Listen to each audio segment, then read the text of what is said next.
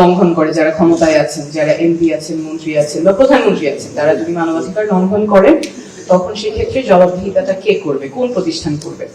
মানবাধিকার কমিশন করতে পারে, কিন্তু মানবাধিকার কমিশনের ক্ষেত্রেও যারা মানবাধিকার কমিশনের কমিটিতে থাকবেন সেখানে যারা থাকবেন তাদের যে বাছাই কমিটিতে আছেন আইনমন্ত্রী, স্বরাষ্ট্রমন্ত্রী।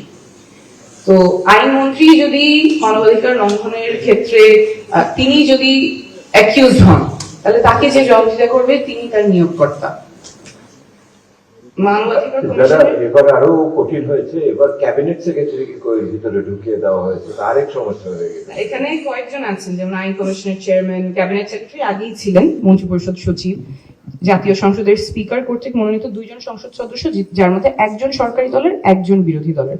অর্থাৎ এখানে আসলে নিরপেক্ষতা, যেটা এগেন অনেকবার এসেছে, নিরপেক্ষতাটা এনশোর করা এবং জবাবদিহিতা এনশোর করার কাঠামো বিদ্যমান ব্যবস্থায় খুবই দুর্বল, এবং এটাই আমরা বারবার হতে দেখেছি। যদি আমি মানবাধিকার কমিশনের ক্ষেত্রে বাছাই কমিটির মধ্যে তো নিউট্রালিটি এনশোর করার ব্যবস্থাটা নাই, কারণ আইনমন্ত্রী থাকবেন, স্বরাষ্ট্রমন্ত্রী থাকবেন, জাতীয় সংসদের স্পিকার থাকবেন।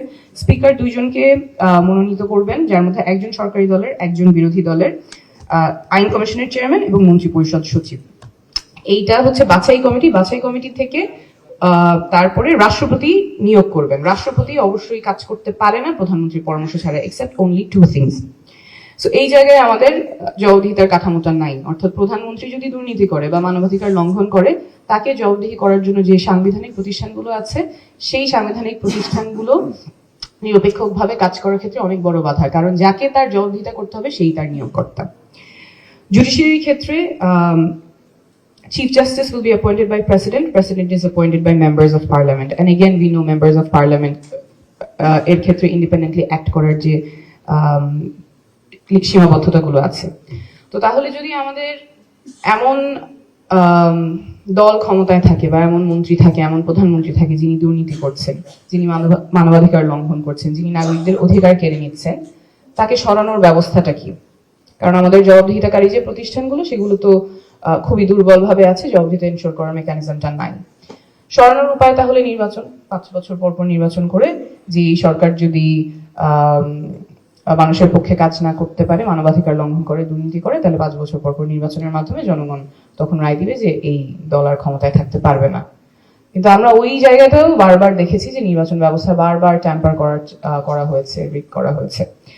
তো তাহলে তো আসলে আমাদের যারা ক্ষমতায় আছেন তারা যদি জনগণের অধিকার কেড়ে নেয়, তাদেরকে সরানোর আর কোনো উপায় জনগণের হাতে থাকে না। তখন একমাত্র উপায় হচ্ছে রাস্তায় নামতে হবে, জীবন বাজি রেখে, জীবনের ঝুঁকি নিয়ে আন্দোলন করে, অভ্যুত্থান করে তখন একজন মানবাধিকার লঙ্ঘনকারী বা একজন যে প্রধানমন্ত্রী দুর্নীতি করছে তাকে সরাতে হবে। এটাই তো আমাদের বাস্তব বর্তমান কাঠামোর সীমাবদ্ধতা, এবং সেটাই আমরা হতে দেখেছি।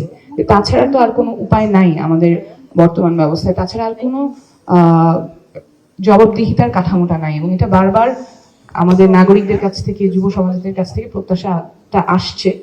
তো আমাদের এইটা নিয়ে I think we have to keep the conversation going, এবং সংস্কারের যে কথাগুলো আমরা বলে আসছি সেই জায়গায় we need to keep the dialogue ongoing as well. কারণ এই বিদ্যমান ব্যবস্থায় জবাবদিহিতা এনশোর করা খুবই ডিফিকাল্ট, কাঠামোটা খুবই দুর্বল।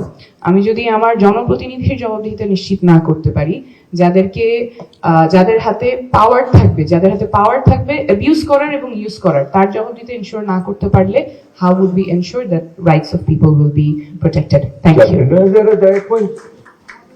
আপনি খুব সুন্দরভাবে বলেছেন আর কি কাঠামোর বৈপরীত্যগুলো এবং সীমাবদ্ধতা। তো ওই মঞ্জু ভাই যেটা বলছিলেন, আপনিও তো একই রকম ভাবে নতুন বন্দোবস্তের জন্য সংগ্রাম করেছেন, কি হলো ঘটনা? সংগ্রামটা চলছে। উনি রাজনীতিবিদদের মতো উত্তর দেওয়া শিখে গেছে না?